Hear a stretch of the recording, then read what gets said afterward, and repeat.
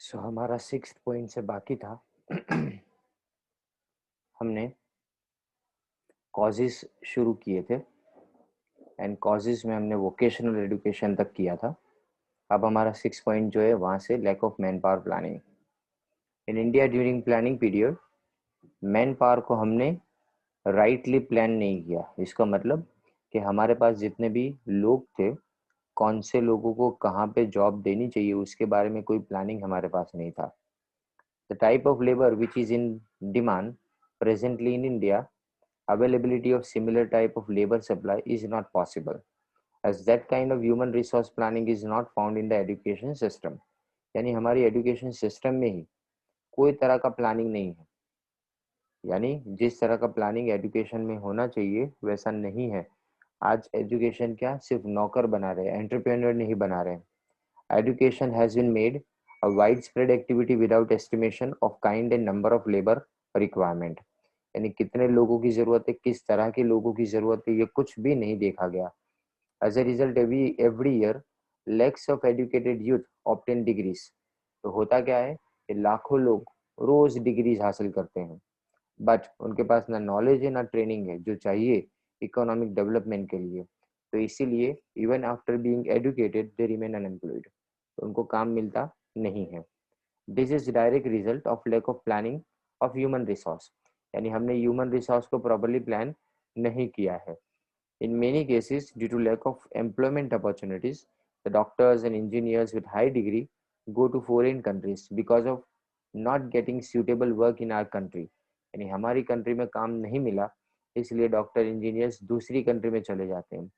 पहले क्या हो रहा था, ड्रेन ऑफ गोल्ड हो रहा था। यानी सोना ब्रिटेन के लोग यहाँ से लेके जा रहे थे, हमारी वेल्थ को वो लोग यहाँ से लेके जा रहे थे। आज उल्टा हो गया है। आज वेल्थ नहीं जा रही लेकिन ह्यूमन वेल्थ जा रही है। इसको अपने क्या बोलते हैं, ड्रेन ऑफ ब्रेन बोलते हैं। यानी दिमाग वाले जितने भी इंटेलिजेंट लोग हैं, जो ज्यादा अच्छी तरह से अपनी डिग्रीज को हासिल करे हैं, और वैसे लोगों को क्या जॉब राइटली जैसे मिलनी चाहिए वैसे अगर इंडिया में नहीं मिलती तो they leave the country and they settle somewhere else. Now inefficiency of public sector. Independence के बाद में पब्लिक सेक्टर को हमने इम्पोर्टेंस दिया, प्राइवेट सेक्टर को नहीं, पब्लिक सेक्टर को। तो हमने ऐसा देखा कि पब्लिक सेक्टर बहुत ज़्यादा बढ़ गए। ऑलमोस्ट समझो कि हर जगह पे पब्लिक सेक्टर के अंदर इन्वेस्टमेंट किया गया था। तो the quantity of employment generation estimated from public sector was not able to generate more employment because of its low productivity. अब पब्लिक सेक्टर की प्रोडक्टिविटी इतनी ज़्यादा अच्छी नहीं थी, दैट्स वाई जितना होना चाहिए उतना प्रोडक्शन वहां पे नहीं हो पा रहा था। एम्प्लॉयमेंट ओरिएंटेड प्राइवेट सेक्टर्स वर कंट्रोल्ड। जो एम्प्लॉयमेंट ओरिएंटेड सेक्टर्स थे ना उसको कंट्रोल किया गया। जहाँ पे एम्प्लॉयमेंट अच्छा खासा मिल सकता था उसको कंट्रोल किया गया। और for the development of public sector, क्यों? क्योंकि हमने ऐसा सोचा कि पब्लिक सेक्टर का डेवलपमेंट और प्राइवेट सेक्टर का दोनों को साथ में करेंगे तो पब्लिक सेक्टर ज़्यादा इतना अच्छा नहीं कर पाएंगे। तो या तो पब्लिक सेक्टर के सामने प्राइवेट सेक्टर नहीं टिक पाएंगे। तो more over private sector development was neglected, हमने प्राइवेट सेक्टर की तरफ देखा ही नहीं। And so there was less employment generation and unemployment increase. तो एम्प्लॉयमेंट क्रिएट नहीं हुआ एंड फाइनली अनएम्प्लॉयमेंट इंक्रीज होता है। Now negligence towards agriculture sector. India is an agricultural country and most of its population resides in villages. India कैसी country, agriculture, और साथ में उसकी पॉपुलेशन ज़्यादातर गांव में रहती है। और ये population majority of them are dependent on agriculture, इसमें से ज़्यादातर एग्रीकल्चर के ऊपर डिपेंडेंस रखती है, right. So agriculture planning should be such that could generate more employment. तो हमारा प्लानिंग ऐसा होना चाहिए जिससे ज़्यादा एम्प्लॉयमेंट जनरेट हो। लेकिन इंडिया का इकोनॉमिक डेवलपमेंट, इसमें पॉलिसी ऐसी बनाई गई कि हमने एग्रीकल्चर को छोड़ के बाकी सारे सेक्टर्स को इम्पोर्टेंस दिया। As agriculture was given less importance, it could not develop effectively and the planning related to agriculture sector failed to generate more employment। यानी एम्प्लॉयमेंट अपॉर्चुनिटीज कोई जनरेटेड नहीं हो पाई क्योंकि एग्रीकल्चर में हमने ज़्यादा एम्प्लॉयमेंट जनरेट करना चाहिए था। उसके अंदर बहुत सारी एक्टिविटीज है जिसके अंदर एक एम्प्लॉयमेंट जनरेट हो सकता है, लेकिन हमने उसके ऊपर ध्यान नहीं दिया। एंड बिकॉज ऑफ दैट हमारे यहाँ पे प्रॉब्लम ये हुआ कि एग्रीकल्चर भी डेवलप नहीं हुआ और इंडस्ट्रीज में भी एम्प्लॉयमेंट जनरेट नहीं हुआ. Now as agriculture was given less importance, it could not develop effectively और एम्प्लॉयमेंट जनरेशन में वो फेल हो गया. अब ग्रीन रिवॉल्यूशन हमने स्टार्ट किया 1966 से, तो उस वक्त भी पंजाब और हरियाणा जैसे स्टेट्स को इसका ज़्यादा फायदा मिला. सो ओवरऑल एम्प्लॉयमेंट जो हमको लगा था कि ग्रीन रिवॉल्यूशन के आने के बाद एग्रीकल्चर सेक्टर में क्रिएट होगा, वो हो ही नहीं पाया. So burden of population, lack of irrigation facilities, lack of agricultural finance, uncertainty of monsoon, and few other uncertainties are responsible for poor development of agriculture. यानी एग्रीकल्चर के डेवलपमेंट ना होने के पीछे के रीजंस में पहले तो पॉपुलेशन का अननेसेसरी बर्डन एग्रीकल्चर पे, यानी कुछ किसी को भी काम नहीं मिलेगा, कहाँ जाएगा, सीधा एग्रीकल्चर में आ जाएगा. And lake of irrigation facilities, ना सिंचाई बराबर है, पानी तो है नहीं, तो पानी के बिना अगर आप साल में 2-3 क्रॉप्स लेना चाहते हो तो वो ले भी नहीं पाएंगे. लेक ऑफ एग्रीकल्चरल फाइनेंस, जो एग्रीकल्चरल फाइनेंस है यानी पैसा मिलना चाहिए एग्रीकल्चर के लिए, उसको डेवलप करने के लिए, वो भी नहीं है. एंड मॉनसून इतना सर्टेन नहीं है, अनसर्टेन है, कभी भी बारिश ज़्यादा हो जाती है, कभी कम. And few other uncertainties are responsible for poor development of agriculture. चलो एक बात है कि बारिश जरूरी है एग्रीकल्चर सेक्टर के लिए, राइट. कल आई थिंक बनासकांठा तो साबरकांठा के अंदर, गुजरात में ही, नॉर्थ गुजरात में ऐसा हुआ कि एक जो डैम जैसा था, चेक डैम बनाया था, वो कल टूट गया. तो उसके आजू बाजू के खेतों के अंदर ऐसा था कि चलो पानी भरा है तो अच्छा खासा 2-3 क्रॉप ले पाएंगे, लेकिन ये साल का क्रॉप भी फेल हो गया क्योंकि जो बांध टूटा ने उसके कारण जो भी पानी है वो सारे के सारे खेतों में भर गया. तो मतलब ना डेवलपमेंट है ना कुछ है. तो इसकी वजह से इरिगेशन फैसिलिटीज की इरेगुलरिटीज होने के कारण यहाँ पे डेवलपमेंट बराबर से हो नहीं पाया, और जो एम्प्लॉयमेंट अपॉर्चुनिटीज एग्रीकल्चर सेक्टर के जिम्मे थी वो क्रिएटेड नहीं हो पाई. In rural area non agricultural sectors are not develop properly. अब गांव के अंदर जो एग्रीकल्चर सेक्टर को डेवलप करना चाहिए वो तो था, चलो कि उसको उसको भी डेवलप नहीं किया, लेकिन साथ में नॉन एग्रीकल्चर सेक्टर को भी डेवलप नहीं किया. तो जो रूरल लेबरर्स थे वो who are dependent on agriculture face high rate of seasonal and disguised unemployment. अब disguised unemployment यानी काम ना होते हुए भी काम देना पड़ता है. 10 लोगों की जरूरत हो वहाँ 12-15 लोगों को काम देना पड़ता है, जस्ट बिकॉज वो लोग काम ना करते हुए कोई जगह पे नहीं करेंगे. इससे अच्छा कि किसी खेतों में रिलेटिव्स के खेतों के अंदर चले जाएंगे, वहाँ काम करने लगेंगे तो ज्यादा अच्छा है, सब मान के ये किया जाता है. Now the next one is the low mobility of workers. In many circumstances, lack of mobilization among laborers is also reason for unemployment. In India, due to social reasons, family relations, language, religion, casteism, culture, lack of information, lack of transportation facilities, and problem of housing are few reasons which restrain mobilization and increase problem of unemployment. अब क्या लिखा है देखो, लो mobility of workers, workers ने बहुत सारे restrictions के साथ जुड़े हुए हैं, यानी सोशल रीजंस, फैमिली रीजंस है, लैंग्वेज का बैरियर है, रिलीजियन है, कास्टिज्म यानी caste system, culture, lack of information, transportation facilities बराबर से ना होना, हाउसिंग फैसिलिटीज बराबर से ना हो, ये सब कुछ रीजंस है जिसके कारण क्या हो रहा है, जो मोबिलाइजेशन को रिस्ट्रेन करती है and increase problem of unemployment, जिससे अनएम्प्लॉयमेंट बढ़ता है. People with higher education are not interested in going to rural areas, backward areas, and even if they get employment, these people expect to get employment in urban area, which if not satisfied, they would prefer to remain unemployed. यानी backward areas में, rural areas में higher education एक बार मिल गया ना तो वो लोग यहाँ पे रहना ही नहीं चाहते, वो अपने गांव में रहना नहीं चाहते, वो कहाँ जाना चाहते हैं, अर्बन एरियाज में. अब अर्बन एरियाज में भले एक बार अनएम्प्लॉयड रह जाएंगे लेकिन वापस गांव में नहीं जाना चाहते. सो अर्बन लाइफ उनको अट्रैक्ट करती है. अर्बन फैसिलिटीज, हॉस्पिटल्स है, रोड्स अच्छे हैं, फिर पानी की फैसिलिटी अच्छी, सैनिटेशन अच्छा, ये सब उनको अट्रैक्ट करते हैं. तो इसीलिए रूरल एरियाज में एम्प्लॉयमेंट अच्छा भी मिलता है तो भी अर्बन एरिया में एक बार शिफ्ट हो जाते हैं, कम सैलरी पे भी काम कर लेंगे लेकिन वापस गांव जाना नहीं चाहते हैं.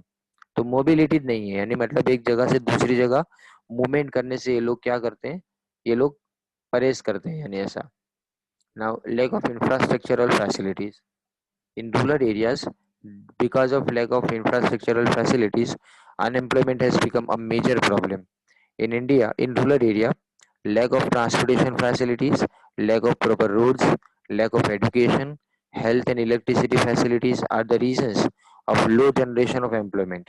As such, in rural areas for industries, there are availability of laborers at low wages and easy availability of raw materials for agro-based industries, but due to lack of continuous and required electricity, यानी मतलब infrastructure में क्या आता है, infrastructure में transportation आता है, electricity आती है, रोड्स आते हैं proper, and then after irrigation facility भी इसमें आ जाती है, तो ये सारी फैसिलिटीज है ही नहीं प्रॉपरली डेवलप, है तो बहुत ही कम, तो इसकी वजह से यहाँ पे जो रिक्वायर्ड इलेक्ट्रिसिटी चाहिए इंडस्ट्रियलिस्ट को वो मिलती नहीं है गांव के अंदर, तो जहाँ पे अनएम्प्लॉयमेंट ज़्यादा है, इन केस अगर आपको वहाँ पे डेवलपमेंट करना भी है तो भी आप कर नहीं पाते, बिकॉज आपको जो बेसिक रिक्वायरमेंट्स चाहिए वो बेसिक रिक्वायरमेंट्स आपके पास कंप्लीट करने के लिए कुछ है ही नहीं.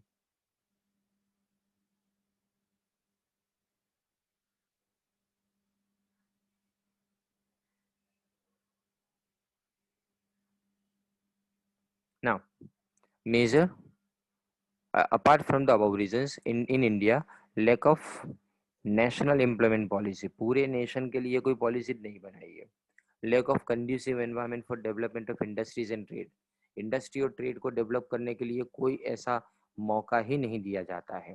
And underutilization of natural resources, और जो हमारे नेचुरल रिसोर्सेज है उसका प्रॉपर यूटिलाइजेशन नहीं हो रहा है, ये भी रिस्पॉन्सिबल है for increase in unemployment, unemployment को बढ़ावा देने के लिए.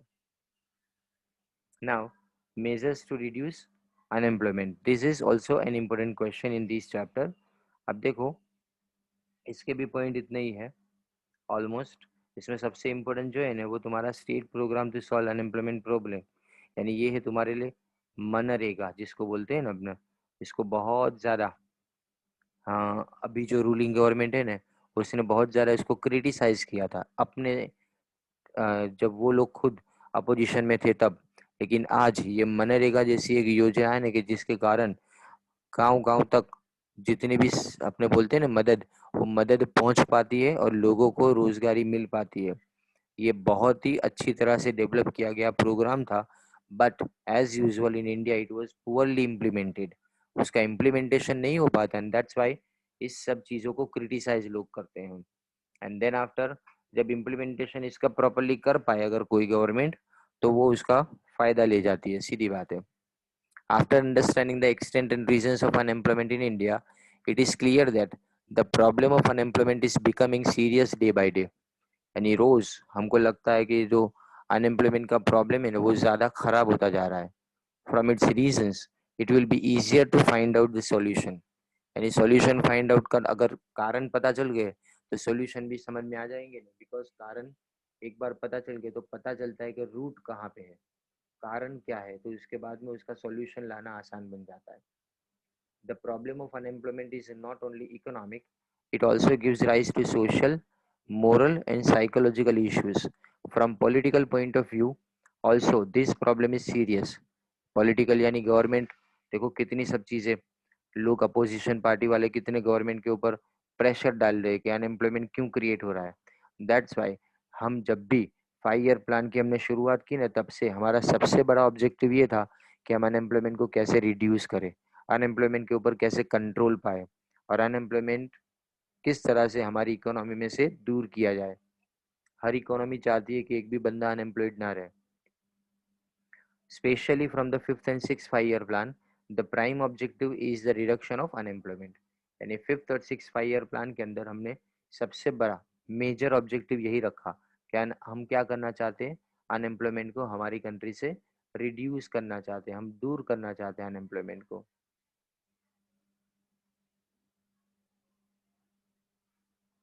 And in the eighth 5 year plan it was thought to make right to employment as fundamental right. हमने ऐसा सोचा कि हम अनएम्प्लॉयमेंट को रिमूव करेंगे और एम्प्लॉयमेंट को हम फंडामेंटल राइट के अंदर इंक्लूड करेंगे कॉन्स्टिट्यूशन के अंदर, लेकिन ये मटेरियलाइज करना इंडिया जैसी कंट्री में बहुत मुश्किल है.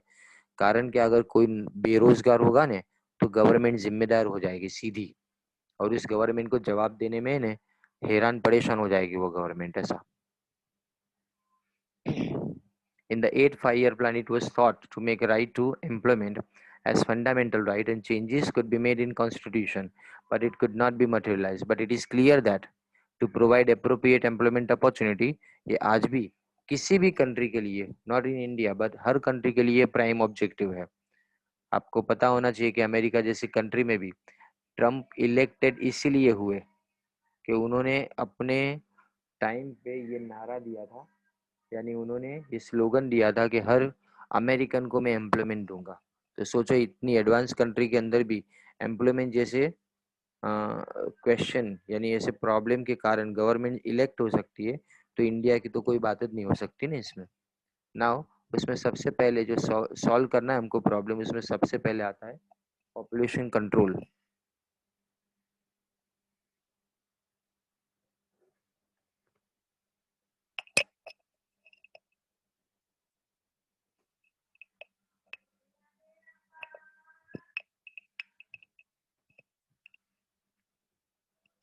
See here the population control. The high population growth rate of India has increased the problem of unemployment and made it more serious। यानी हमारे यहाँ पे अनएम्प्लॉयमेंट इसीलिए शायद ज़्यादा है कि हमारे यहाँ पे पॉपुलेशन का ग्रोथ रेट एक टाइम पे बहुत ज़्यादा था। Now it is under control but not as per the required rate.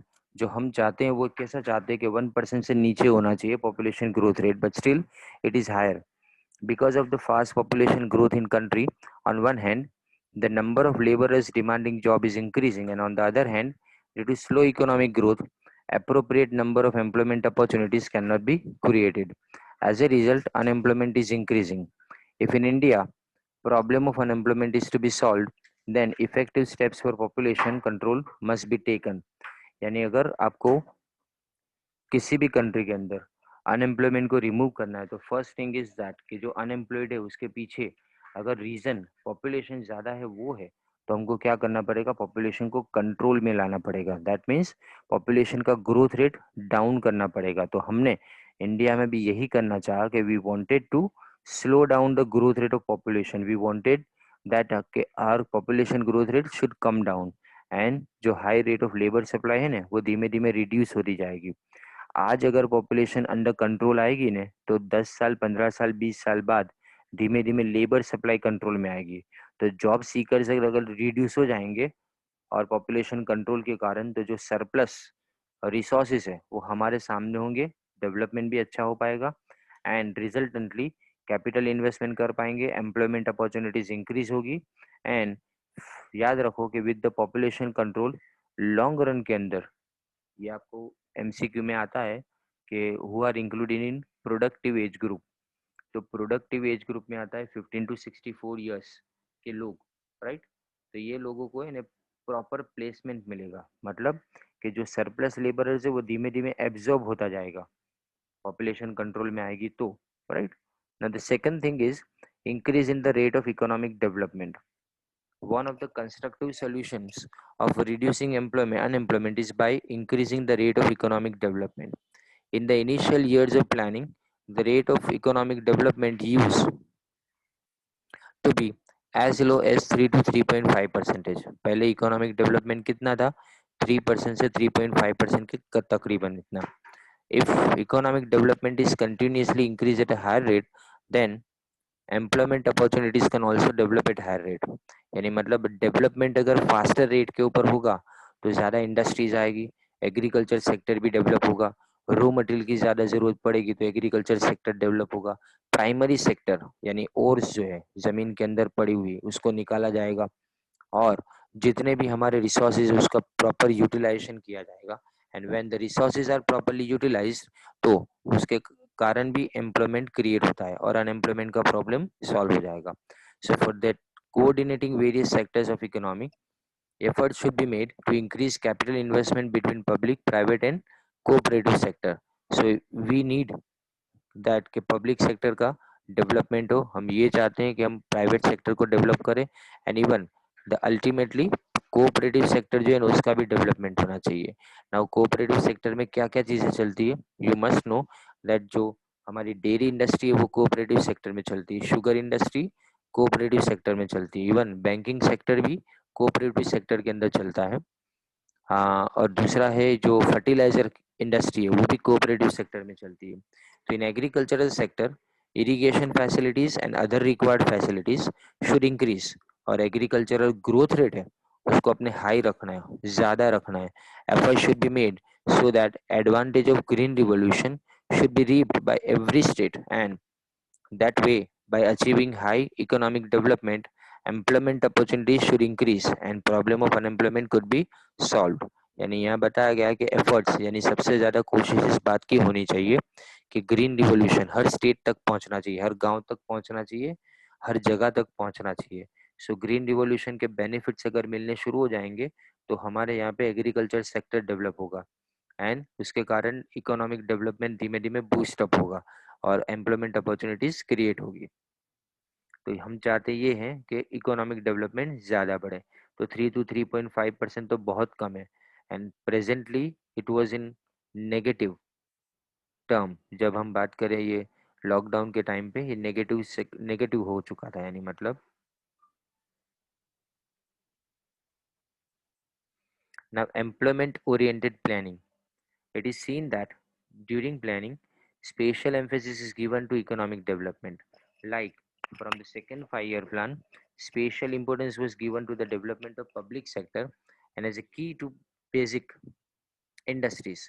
Capital intensive industries were developed.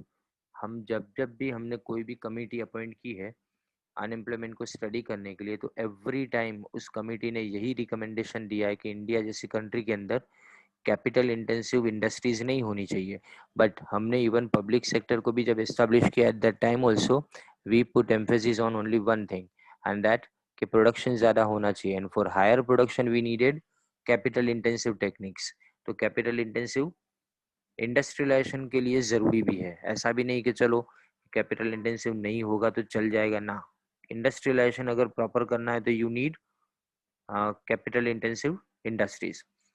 So, but in present situation, employment oriented planning is very important. For that, state has encouraged consumer goods and labor intensive industries, किस में खास करके small and medium scale industries के अंदर, और business में, trade में, even animal husbandry, dairy development, इन सब के अंदर लेबर ज़्यादा चाहिए। Because of all this industries require less of capital, इससे कैपिटल की रिक्वायरमेंट कम हो जाती है एंड एम्प्लॉयमेंट ज़्यादा जनरेट होता है। With the establishment and development of these employment-oriented industries, the production of consumer goods will increase, employment will increase, and economic stability will also be achieved. In construction sector, through employment-oriented planning, more employment can be increased, यानी ज़्यादा employment create किया जा सकता है अगर planning ऐसा करेंगे तो। States can also coordinate between capital intensive and labor intensive production techniques, and more emphasis should be given to labor intensive production techniques so that unemployment problem can be solved। State ज़्यादा किस पे ध्यान देते हैं? Capital intensive technique के ऊपर। Labour intensive technique, दोनों को कोऑर्डिनेट करो, मतलब ऐसा भी नहीं कि कैपिटल इंटेंसिव को छोड़ देना है, पर ऐसे करना है ना कि जो सेक्टर कैपिटल इंटेंसिव के बिना डेवलप नहीं हो सकता उसको कैपिटल इंटेंसिव इंडस्ट्रीज के लिए छोड़ दो, उसको मशीन्स के लिए छोड़ दो। लेकिन जो सेक्टर लेबरर्स के ऊपर डिपेंड कर सकते हैं और ज़्यादा लेबरर्स से अच्छी क्वालिटी की चीज़ें बन भी सकती है, तो ऐसे सेक्टर्स को सिर्फ और सिर्फ उसके लिए ही रिजर्व रखा जाए, लेबर इंटेंसिव टेक्निक के लिए ही रिजर्व रखा जाए। अगर ऐसा किया जाए तो इससे अनएम्प्लॉयमेंट के प्रॉब्लम को सॉल्व करने में काफ़ी मदद मिल सकती है। Now employment oriented education, this would be the last topic. See this, present education system is responsible for unemployment।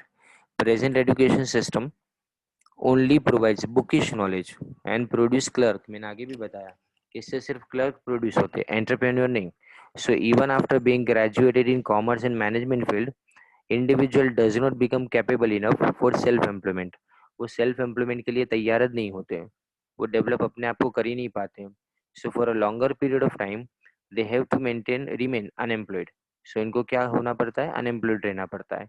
In order to change this situation, it is necessary to give vocational education in the field of trade, commerce, business, agriculture, and other fields.